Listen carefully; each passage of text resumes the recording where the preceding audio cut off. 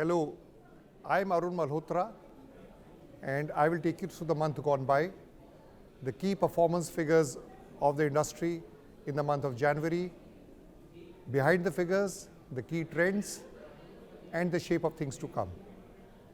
January started with a very positive note because December we had record numbers of sales, especially in the passenger four-wheeler segment. We had touched about 4 lakh figure sales in the month of December, but a lot of these sales, about 1 lakh vehicles of them, which is 25%, was actually shown in December, but the deliveries took part in January. And the first 12 days in January are not the most auspicious period for sales, but then comes around 14 January when we had this BMPL, I won't call it the IPL, it's the Bihu, Makar Sankranti, the Pongal and the Lori. These festivals gave a momentum to sales and this helped it. As far as four-wheelers were concerned, there were a lot of high incentive schemes, high consumer promotion schemes which were given to the customers in the month of December, and there was also the news that a few manufacturers would raise their prices in the early part of January. Both these factors contributed to the high sales in December, and a lot of January sales did get preponed to December. So that as four-wheelers is concerned. But let's look at the four-wheeler performance in this month. If you look at the dispatch figures or the sales figures from the company to the dealers, the figures were rollicking. It was a figure of 3.46 lakhs, which is the second highest sales in this financial year. And two companies, Kia Motors and Tata Motors, recorded their highest ever monthly sales. But that was as far as the dispatches or the wholesale was concerned. But as far as retails were concerned, it was more in the region of 2.7 to 2.75 lakhs. It means approximately 70 to 75,000 stocks have been built up. There is still positive momentum in the passenger four-wheeler industry. Clearly, the waiting of models, a number of models has gone down. Some models which are on waiting have come to free sale, and for customers availability is much better. But still there is positive sign, and if there is any indication, this year we'll close this financial year in the passenger vehicle with a growth of over 20%. As far as two-wheelers was concerned, in December, we didn't have any very high schemes for two-wheelers, neither there was very impending price hikes in January. So December and January are more or less in the same area wavelength. On the other hand, January retails in the two-wheeler industry is slightly better than December, about 5 to 7% better. If we go to the figures, billing from the company to the dealers is in the region of 12 lakhs, about 11 lakhs 80,000, and retail is also around the same number. So there is no gain in stock. Momentum is positive, but the bugbear, the problem which has been plaguing the two-wheeler industry of the entry level, which has somewhat shrunk dramatically, that still continues. And the industry would probably close this financial year with around 17 million, which will be about 4 million less than the all-time highest figure achieved in 2018 and 19. As far as small commercial vehicles are concerned, medium commercial vehicles, it has been a fairly stable month. There are positive signs as far as retails are concerned, which should continue with a lot of positive thrust given on infrastructure and economic development in the time to come. The one industry which everybody is focusing on is on the EV industry. And if you take the electric vehicle industry, one thing which came out very clearly in this month was there was robust sales of electric vehicles to the tune of 64,000, which would come somewhere in the region of 6 to 7% of the two-wheeler sales. However, there are one or two interesting trends in the EV two-wheeler sales. 3 companies in the EV two-wheeler segment, Ola, Ather and TVS, all did above 10,000 and recorded their all-time highest sales. There were some companies which are in the ambit of FAME benefit where they were drawn, their volumes have shrunk because they have pressures on that account because FAME subsidy is not available to them. Because of this, the volumes are more or less on the December figure. The momentum is but still positive, and there is a level of confidence that these volumes will only go up. One thing which I would like to highlight in the two-wheeler segment, and this is true more for the IC engines, exports has been the key driver for two-wheeler sales. Bajaj and TVS do to the tune of about 2.5 lakh vehicles a month as far as two-wheelers is concerned in exports. But it has taken a major hit in the month of January. The January figures for the key two-wheeler exporters is down by 40%. It is not because there is competition from international players like China or some other markets. It is more on account that the key markets where two-wheeler was exported, whether to the neighboring Indian countries like Nepal, Bangladesh, Sri Lanka, or the Asian countries, or the countries in Africa continent, which are major, they are having major problems in financial terms. One is the major devaluation of the currency, other is high inflation, which has resulted in their market shrinking. So slightly bad news as far as Indian exporters is concerned. There is a lot of buzz on the electric vehicle market, and it's always been in the news. The key highlights have been that in the passenger vehicles, there used to be only one player who was to dominate the market, Tata Motors, over 80% market share. Mahindra has come out with a very aggressive plan, and they've introduced products in direct competition with Tata Motors, and more other players will probably add more vehicles in the times to come. So probably with more players coming into the segment, the EV market, which in four-wheelers hardly contributed 1 to 1.5% of the total passenger vehicle market, will go up. As far as EVs in two-wheelers is concerned, as I mentioned, the volumes have been good, the momentum is positive, but let's look at the positives and negatives. The positive part is clearly the budget, where lithium-ion cells, the import duty has been cut sharply. The second has been also certain equipment which is required for EV manufacturers, the duties are reduced. That's all positive, and there's a lot of investment going from the government side. There is a mention that the budget outlay for the FAME 2 policy has been doubled, it's been 5,000 crores, which is not factually correct, because this is part of the total budget for the FAME policy, which was 10,000 crores, and 5,000 crores is unspent, which will be utilized in the financial year 23-24. Secondly, the new battery EV norms, the battery norms as far as EVs is concerned, have been rolled out from the month of January, which will raise the cost. So on one side, you have certain costs going down. On the other side, with lithium prices going up, and also the compliance for EV battery manufacturing, the cost going up, it probably balance out. So I don't consider that EV prices as far as two-wheelers is concerned will go down. But yes, activity in passenger four vehicles is rising.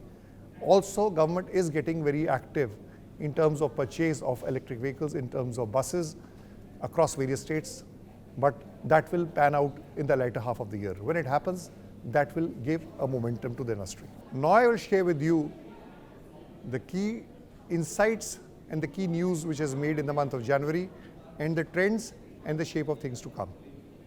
The first big news was, which was a matter of great pride and satisfaction, that India has become the third largest passenger vehicle market in the world. It has replaced Japan. So kudos and congratulations to every Indian. It's a matter of pride, and especially to the auto industry. But having said that, India is still not the number 3 in terms of manufacturing, because our exports of passenger vehicles is about 55,000 a month, whereas Japan, whom we replaced, their exports from their country is more than triple of this. So Japan clearly leads as far as production is concerned. So if you have to really become Atmanirbhar, not only we have to beat Japan as number 3 in domestic market, we also have to raise our export passenger vehicles volumes up. Now with the new norms all in place, technologies in place, I think we can look ahead for better days. Now let's look at the year 2023. Every year in Chinese parlance is an year of a certain animal, and 2023 has been called Year of the Rabbit. Now if I have to give a name for the auto industry for 2023, it will be the year of the regulation.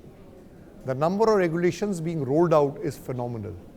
In January, we have clearly coming out is the new norms as far as electric vehicles battery is concerned, to ensure more safety, more compliance. Second, in the month of April, there are a number of things which will be rolled out. The CAFE norms which have been in place, the results of the CAFE norms will come, and companies which don't conform to CAFE norms will have to pay a certain fine. Second is, as far as the Euro 6 second part was concerned, there is regulation on driving emission real drive emissions, as it is called, that will become applicable from the month of April, which will definitely increase prices. And then there is the onboard diagnostics, which is being talked of.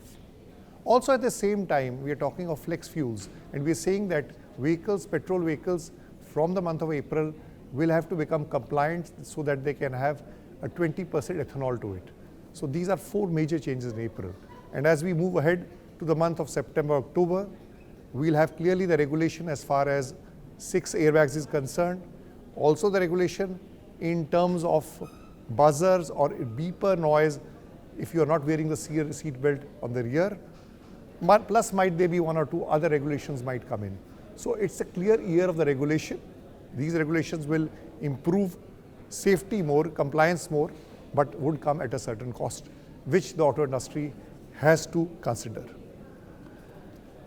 The Auto Expo was a big event, and this was held after 3 years. It was held in January in Greater Noida. It creates a lot of buzz, excitement, a lot of auto enthusiasts wait for it. But one thing which was missing was the total absence of major two-wheeler players. And clearly the IC engine players just gave it a shrug. They were not just there. As far as passenger 4 vehicles concerned, most of the players were there. Although we did see a lot of activity in terms of startups, whether in the two-wheeler space or the three-wheeler space, who were quite active, and also in terms of fuels. That is something which has been seen clearly. The other thing which probably was not seen too much in this Auto Expo was a lot of companies to coincide their major launches with Auto Expo. We didn't see much of them. There were some, but they were much muted and probably catered to a smaller volume or a smaller constituency. So Auto Expo, everywhere internationally, the Auto Expos which are held are under pressure because of the digital, the news available. So probably Auto Expo will have to further reinvent itself. But overall, it was a good show. People did enjoy. People did have a look of new things. And more than opportunity, Auto Expo also looking at technology gave them an opportunity to meet old friends once again. Now, the other thing which I would like to talk was this puzzle of the EV market. There was a lot of congratulations, backslapping that India has crossed the magic number of 1 million EVs in the calendar year 2022. Now, why I'm saying it's a slightly puzzle, and the second news which made headlines was that Uttar Pradesh is the largest EV state of the country. Now, I just like to go behind this. If you look at that 1 million figure achieved, 1/3 of that is comprising of three-wheelers. That is about 3.3 lakhs. And of the three-wheelers, 85 to 90% comes from the auto rickshaw three-wheelers. So the jury is still out whether we should consider auto rickshaw three-wheelers as part of the EV segment or not. Some companies don't take it in their figures. But if you remove that, then the industry is 7 lakhs, it's not a billion. But one thing clearly says the auto rickshaws, which are prevalent in most parts of the country, especially in north and east, have a big volume and still contribute 85% of the so-called electrified three-wheeler market. That is something which is seen. And as far as UP being the #1 state, I just like to highlight 45% of the auto rickshaw three-wheeler sales of the country came from UP, and 90% of UP sales in EV was contributed by auto rickshaw three-wheeler. So that explains why UP is heading the list and not states like Delhi, Karnataka, Telangana or Andhra Pradesh. One thing which is clearly coming out is we are moving away, and we say we have a shortage of fossil fuels, so we probably will new fuels, but there's a coalition, or I would say there's a rainbow impact as far as fuel technology is concerned. Let's look at it, the rainbow. Rainbow has 7 colors in Vigbyor form. Also in the auto industry now, there are 7 technologies we are talking of as far as fuel is concerned. Petrol is 1, diesel is 2nd, CNG is 3rd, hybrid is 4th, flexi fuel is 5th, EV is 6th, and hydrogen fuel is 7th. So clearly challenging times for especially R&D. But having said that, all the technologies are not relevant for all segments, certain technologies for certain segment. So we have horses for courses, but clearly we are talking of 7 fuel, and probably our government policy has to be in a manner that it should be tailor-made to a segment and should be more technology or fuel agnostics. That's something which we need to see. Now we're coming to the month of February. January, as I said, was good month for passenger four-wheelers. Stocks are built up. Supply chains issues seem to be behind us. They might come back again to haunt us. So clearly stocks are building up. And if we continue on the scoring rate of 3.4 to 3.5 lakhs, we might have challenges of sales volume, but that is another day. Two-wheelers is concerned, their things seem to be better because a lot of people do expect the rural market momentum to pick up. Also being a lot of government infrastructure in election year, government spends on infrastructure, on road connectivity, that should help the two-wheeler market and especially in the commercial vehicle market. So we are here for interesting times. I look back to your feedback, any things which you would like to comment on what has been highlighted in this section or any areas which you want me to cover the next time. Please feel free to give your feedback. Thank you. See you in the first week of March.